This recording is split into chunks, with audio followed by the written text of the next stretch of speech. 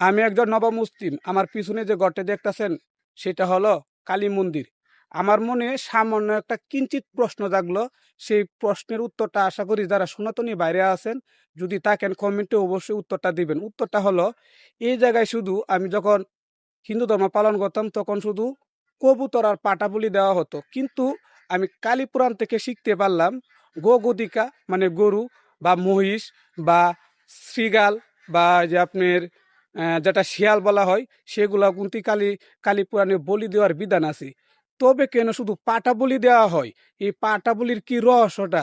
এই পাটা ছাড়া কেন শ্রীগাল সিংহ কিন্তু বলি দেওয়ার বিধান আছে, এই সিংহকে এই যে কেন এই যে বলি দেয় না? শ্রীগাল কেন দেয় না? এই যে মহিষ কেন বলি দেয় না? গদিকা গরু গরু কিন্তু বলি দেওয়ার বিধান আছে, শুধু পাটা কেন?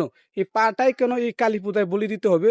যদি সনাতনী বাইরা জানেন অবশ্যই কমেন্টে সঠিকটা লিখবেন। আমি বিরোধিতা নয়, সত্যটা জানতে চাই।